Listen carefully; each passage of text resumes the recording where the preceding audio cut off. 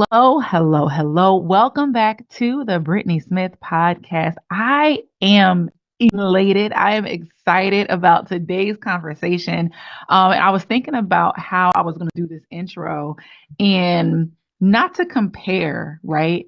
But this woman I have on with us today is like my present day Oprah. Okay. She's my present day Oprah. And so, excuse me if I'm like geeking out a little bit and like if I stutter and stuff like that. That's why.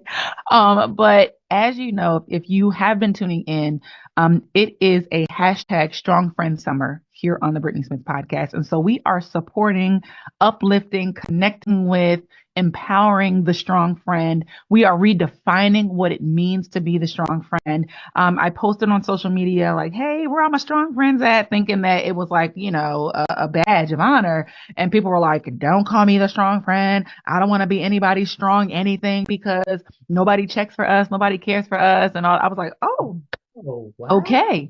I understand all of those things. So what I want to do is redefine what it means to be the strong friend and support that woman. She's the woman who's wearing all the hats. Cheldin calls them the remarkable woman, right? And so she is going to talk to us today, share with us today about her journey of being the strong friend. And I'll let her explain Yeah. who she is and what she does. And then you too will be able to join in the geeking over today's episode. So we have Cheldin Barlatt Rumer. She's the CEO, founder, visionary of This Is It TV. Yes, I am. And she's here with us today. So Cheldin, thank you so Hi. much. Hi, my love. How are you? I am spoiled to be here. I am so excited. This is well overdue, and I am just loving the fact that I get to share space with you. So thank you so much for having me. I resonated with your comment section a bit. Like I get it. I get it. One of the quotes that I've been living by, over the past, I guess it's 6 years at this point, post pandemic, post all the things, and living through it is just because I carry it well doesn't mean it isn't heavy, right? Ooh-wee. Just because I carry it well doesn't mean it isn't heavy. And so many of us do such a good job carrying it well Yes. that people think we don't need anything. Yes. We don't need to support it. Like they're giving it to people who look sloppy, who look messy, who announce that they're in need. And those Yes. of us that are doing our best to do our best don't necessarily get the support in which we need. So I understand your comment section, but for those strong friends out there, we hear and we see you. I'll wear a strong friend with the badge of honor. I'm the one who picks you up. You know what I mean? I'm the one who's bringing the flowers. I'm the one who's figuring it out. I'm okay with that. I'll wear that with pride. So don't worry about it. You can tag me in that post. I'll be that strong friend. I got no problem with that. Yes, I love it. So y'all hear that we have the right one for the job today. So Sheldon, tell us a little bit about your life, like what you do, the hats that you maybe just start with going down the list of the hats that you wear.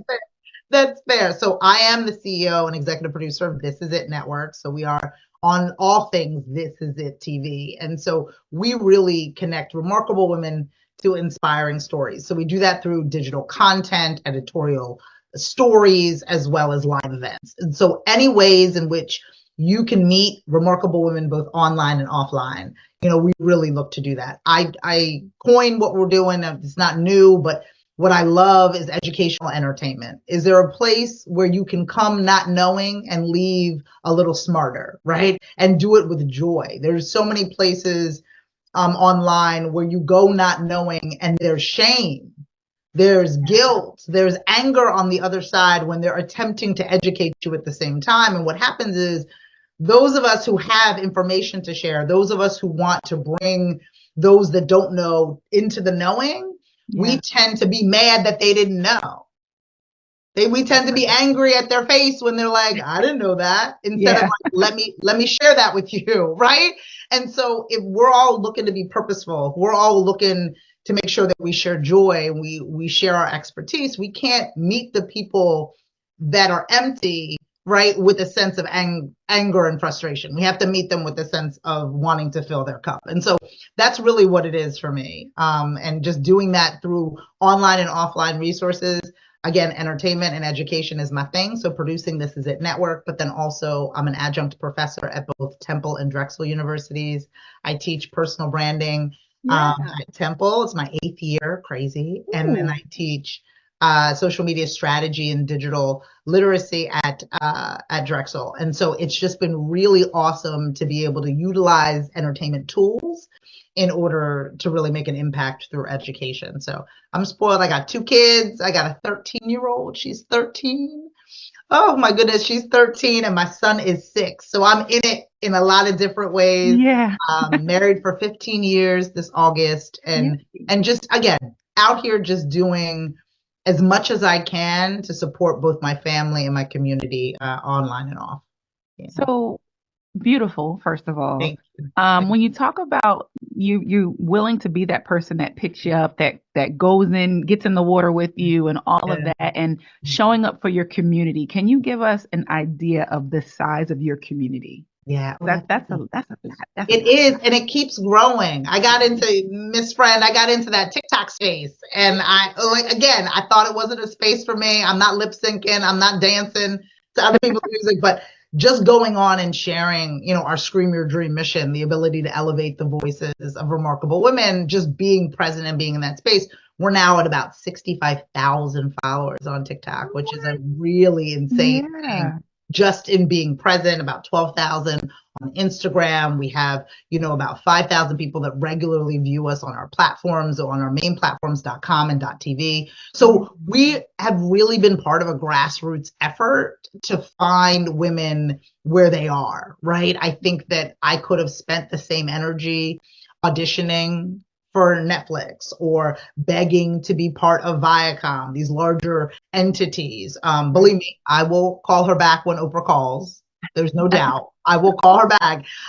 But I chose to use my energy to build a community from the ground up, to use the tools that are available to us, to be able to do that. So, I think that that's my job. I think that, based like yourself, we are skilled communicators. And so when you have this kind of gift, and you can use it to help people find the words when they can't find it for themselves, that's the least that I can do, right? So to be that strong friend, I'm only using my gifts. I'm not exerting things that I don't already possess. So it's not a burden to me, right? I think that when we give to people and it's a burden, right, we're usually exerting something that isn't gifted to us. I'm already gifted in voice, right? So the least I can do is lift you up using mine, right? And so I'm not digging ditches. I'm not I'm not doing things outside of my zone of genius or outside of my comfort. I'm using the gift that I already have. So for those of you that think it's a struggle, try to lean into the gift that you have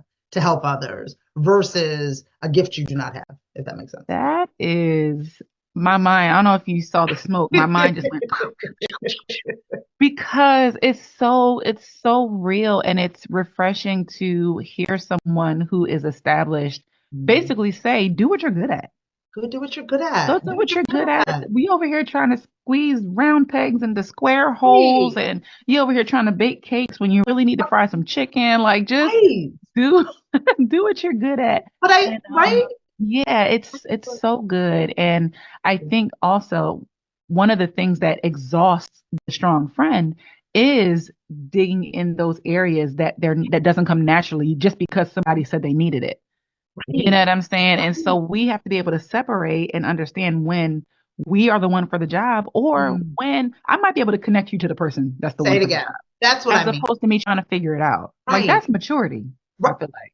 Right. And transparency as it relates to who you are. If you are not a person, whoever's listening or watching, who doesn't want to carry other people's business, who doesn't want to sit in counsel, right? Lead them in the direction of somebody who wants to counsel. Oh, you know who you should speak to? Our dear friend Cassandra. You know who you should speak to? Our dear friend Brittnee. You know who you should speak to? And then you go fry that chicken. Then you go bake that cake, and you do that in service, and you fill a belly versus filling a mind. That's okay. I don't think you need to be fighting in that way. And I think, right, when we start fighting each other, again, relationships become a burden versus a service. And that's not what I love that so much. I mean, that's a major nugget for me already. So This Is It Network. Tell us the story of where the name came from. Oh, so it's a real thing. So I started out in PR marketing and events, and back in the day, it was 2009. I had started an agency called IG Creative, and we were doing small campaigns. So that's web design, graphic design, PR. And we were getting our clients, and the majority of these clients happened to be business women, right? And it was the lotion lady, the cupcake lady, the bracelet woman, the t-shirt gal, right? It was all these kind of people. And we were putting them on Fox Good Day or having Metro newspaper call them, and they could not find the words. And I'm sure that you can even understand just by talking to the short time we've been talking, I have plenty of words, right? So words are not a problem for me, right? And I'm not shy, I'm an extrovert. So it was very troubling to have clients who remortgaged their house for their businesses, that hadn't seen their families for their businesses, that missed the birthday parties for their businesses. When given an opportunity to tell their story, they could not find the words to it. It just was so heart-wrenching for me, right? Who has too many words. And so I studied media and communication at LaSalle University. So I always carried around a camera. I was always documenting, taking pictures, all the things before documenting was a thing.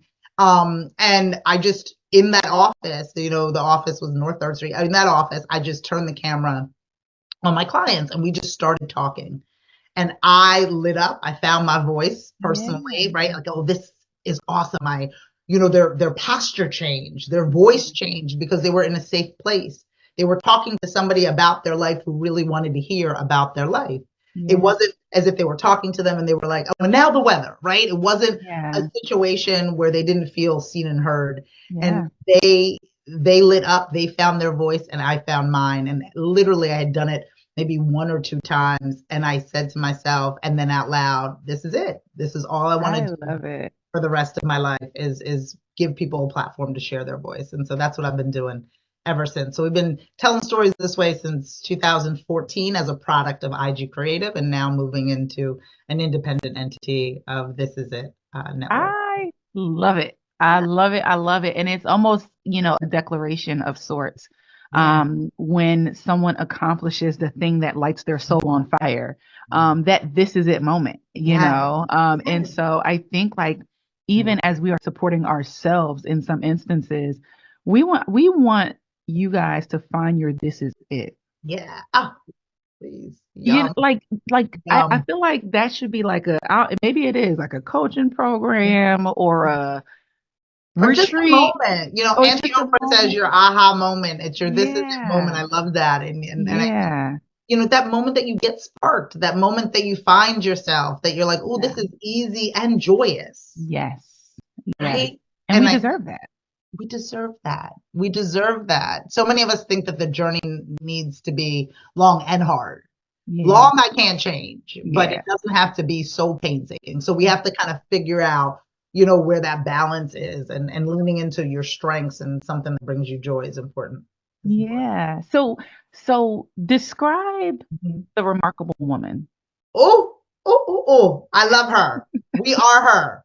Right? We are her. She is very much in this sandwich generation. And for those of you that know what that means, I am blessed to still have my 79-year-old parents. And then I also equally have my 2 children, right? And so I'm worrying about, I'm one of 4. I'm a middle child. Shocker. No one is surprised that I'm a middle child. And so we're worried about, where's mommy going? Where is, how are we getting daddy to his appointment? Is everybody okay? Like, what are we doing for the holidays? And what are we doing with our family home? And we're having these mature conversations where the children now have some kind of leadership in the family structure, right? We're having conversations about investments and downsizing and upsizing and keeping and all those things to maintain their lifestyle. While I'm wondering if my son is doing his sight words, right? If my daughter, please. It's so real. It's so real. I'm just like, yes. Right? Right? Is she going to dance? Does he have soccer? All of these things. Who's eating? What's for lunch? All of these things. That's needless to say, my ambitions.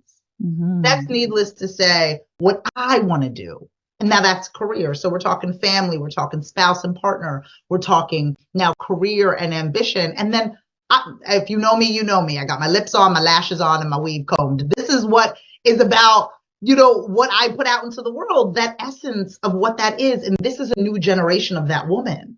Because now more than ever, that woman that also equally has elderly parents and is a mother is getting dressed. Yeah. She's caring about herself equally. Yeah. So there's all of these different prongs of life that this woman is responsible for.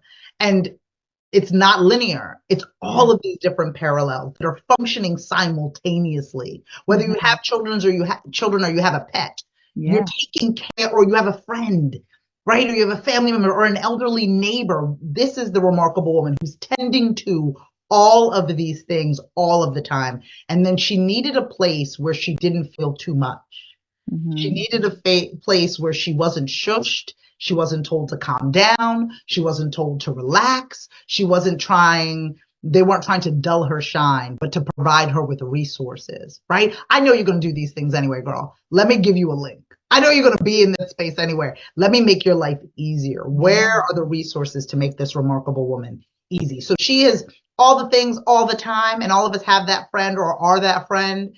And that friend needs resources. Again, like that comment section, they are that strong friend, and we want to be there for that remarkable and strong friend. So that's who I cater to and who I think about all the time when we're creating content and events. Yeah. I love it. And I'm just like, I feel seen. Right? I was just like, as you were going on, I'm like, yeah, Right. that's us. That's us. And so it's Right. so fitting. It's so fitting. And I remember when we first met, like when we were eating those giant biscuits.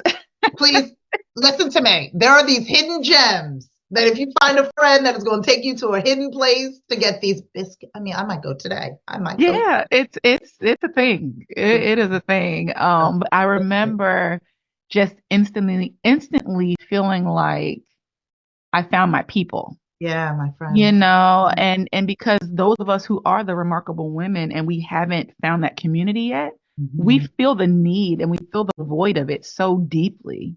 And so that's why as soon as you start talking, Cheldin, it's like it's so needed. It's so needed. So my question is, how do you, I'm gonna say it like this, how do you friend these days? Like on a personal level, what does that look like for you as the strong friend to the strong friends? What does your girlfriend time look like? Yeah, like I am blessed that the majority of people that are in the core of my friendship are not necessarily in my industry necessarily, right? So, but they see and they understand me maybe too well in a lot of cases. Yeah. What I've done really well is my old, I would say old, I don't think they'd be very happy with that, but my old friends, right, that I've had for quite some time, they've seen me through all of the trials and tribulations. And then I have new friends that are business friends. And then I have acquaintances that I have in organizations. And then I have folks that are extended versions of family. I think that it's okay to departmentalize groups in your life and then bring them together on occasion. And what I really, in all of those groups, the common denominator is, I think it was the show Succession. These aren't serious people. I only hang out with serious people. Like, I only hang out with people that are not only serious, but kind. Their intentions are kind. That doesn't mean that they always do the right thing. That doesn't mean that they're always winning. Yeah. But their intentions are good. They are serious people. They are people that I can count on. They're not people that are always available to me based on the things that they've got going on in their lives. Right. But when they are present with me, they are in fact present. Yeah. Right? They are listening, they're paying attention, and we respect the fact that they're tugged and pulled in a lot of different directions, and therefore respect the time when we do have it together. And so that's what I mean by being serious. And so I have a number of different segmented people in my life that I call on for various things, that understand the various, again, all of the different prongs of my life, those parallels that I just mentioned. I have mommy friends, and I have friends from college, and I have, and a lot of people they're like, oh, I only have these friends from church or but it's okay, I think, in the different prongs of your life to have different support systems that understand those different parts of your life. So that's how I friend currently, and oftentimes, I throw an event and I pull them all together and they become different friends based on 6 degrees of Cheldin. But all of it, I think, is that's how I friend these days, really tapping into different segments of my life. Yeah. Well, first of all, 6 Degrees of Cheldin sounds like a book. So It might be. coming to a bookstore near It you, maybe. might be. I love that. And I love the freedom that you have in having those different groups. Because like you said, it sometimes feels like, oh, you have to have like this Yeah. group and that's it. Yeah. But to your point earlier, we are meant to be shared. Yes. Like the remarkable woman is designed to be poured out in different spaces. And she's wired in such a way that being poured out in different spaces doesn't deplete her. Yeah. Um, but she also has to be intentional around being filled back up at the same time. And so where we pour, we should also be replenished as well. So I think it comes down to the intentionality Yeah. in where you connect and where you pour. If I feel like I have to try to pour, then it's probably not the right space. Right. Pouring should happen like a natural, like, oh, I'm in a good space. And it just happens. And I think that the remarkable woman fits into a lot of different spaces Oh, because of that quality about her. she does. And it's Yeah. and in that way, it's not every woman, right? Yeah. Some women Yeah. are not complicated and Yeah. simplistic, and she's Yeah. lovely and she's wonderful. But for Yeah. those that are more complex, those that have so many different, who tend to start the conversation with, I know I'm a lot, right? I'm all over the place. You're not, girl. You're three things. Relax. You're not all over the place. You're not, right? You know what I mean? You take some pictures, you Yes. do some video, and you write some blogs. That is not Yes. confusing. Like, Yes. stop positioning yourself like, oh my God, I'm all over the place. I'm confusing. Like, how are we talking about ourselves to ourselves? Yeah. And that's how people are receiving us, right? So Mhm. can we take onus of the fact that yes, we are complex, and let me sit down with people, serious people who are willing to look at my complexity instead of forcing ourselves into rooms with people who would never understand us in the first place. And I think that's freeing, and that is, again, to your point, a sense of maturity that we deserve and have earned. And so often we're in lazy rooms, right? We're in rooms that are meant to be easy when we are a complex person. And Yeah. so if we're talking to lazy people, they're never going to understand us in the way in which we deserve. Like facts on facts on You're facts. just lazy. Like, why am I talking to you? Like, you're not Why? going to get it. You're not You're going to get not. You're not. And so again, that frees us up it. in realizing that one, we're not the only one that feels that. Yeah. And then two, when you identify whether somebody is serious or someone is lazy, Yeah. you Yeah. can govern yourself accordingly and not feel bad about it. Yeah. We over here trying to pull the lazy people along, and it's like just No. leave them And in here, lazy town. like, let me understand, when I say unserious and lazy, that doesn't mean that they're bad people. You know what Right, I mean? Like, right. again, it goes back into departmentalizing your situation. My West African mother always says to this day, stop going to the same well looking for different water. Stop going to the same well, asking these people to, they're never going to get it. The Yeah, conversation and the energy shifts when you're in rooms in which you belong in, rooms absolutely. that see and hear you. So stop wasting that energy trying to Yeah, convince as opposed to just being present, right? yeah. It feels different, right? But you've got to believe you deserve to find that room. So that's where the effort is, in finding the room, not changing who you are, but finding the room. That was going to be my next question. So, um, in my journey, Yeah. this feeling of self-discovery and leaning into who I am as the I'm a Yeah. lot person and I know it and I'm okay with it. Yeah. It wasn't always that way, right? And so what was that? Was there a moment? Was it a season where you kind of just said, you know what, this is me and this is what it's gonna be? One. And two, how did you start finding the rooms? Because I could imagine if you went from feeling not good enough to now I know I am enough, Sure. that transition to moving in different rooms had to be kind of like, Right.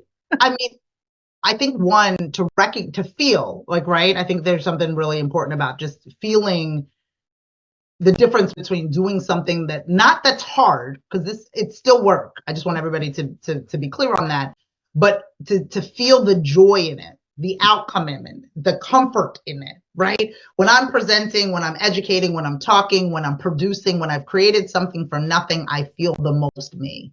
Mm-hmm. Oftentimes, we don't give ourselves permission to even evaluate the feelings that we have. There is no orientation on what it is that we're feeling in this moment. We're just living it. And a lot of remarkable women are head down.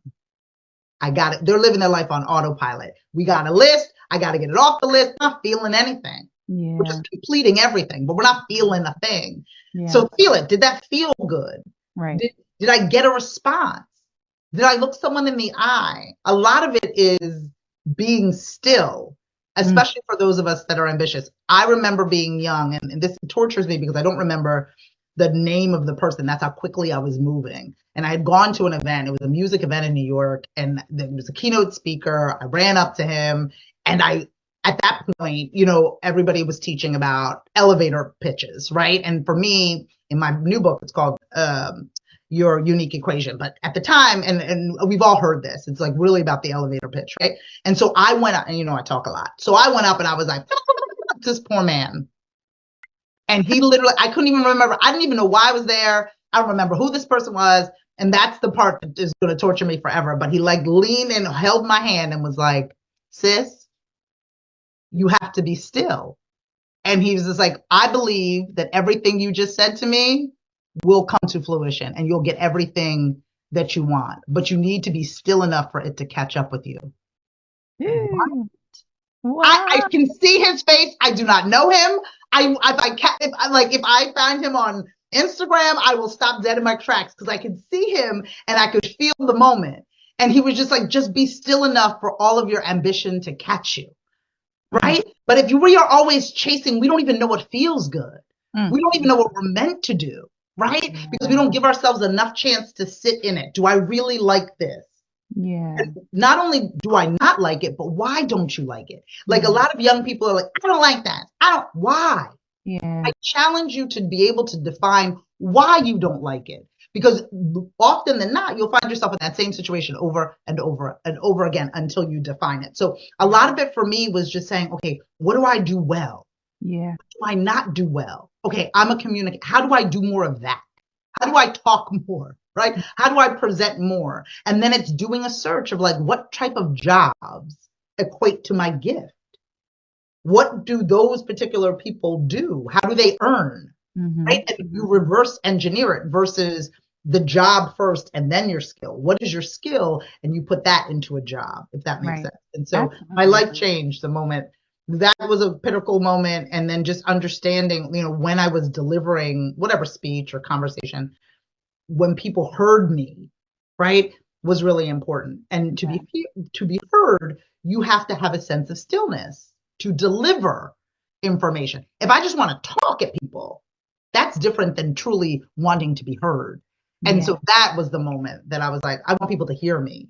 So I have to figure out how to create stories that are digestible. And this is it. Yeah, and this is it. Okay. I love that. I love that. I am, and I'm sure that those who are listening / watching are feeling relieved to know that there is space for who they are in the world. I think that, coming into the workforce when we are still being guided by parents and people before us who are saying straight and narrow, black and white, security, insurance, stability. All of those. Yeah.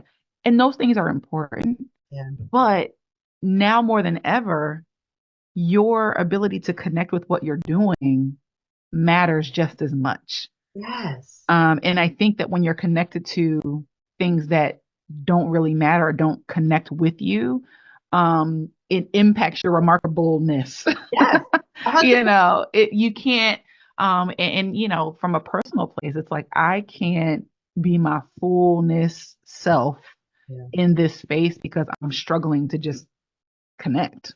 100%. Like I'm trying to fit my puzzle piece in, and it's like, this is not working. It's not working. It's not working. Yeah. It's not working. And a lot of that has to do with the fact, at least for me, is that it's not working because it's supposed to be uncomfortable, so you move forward.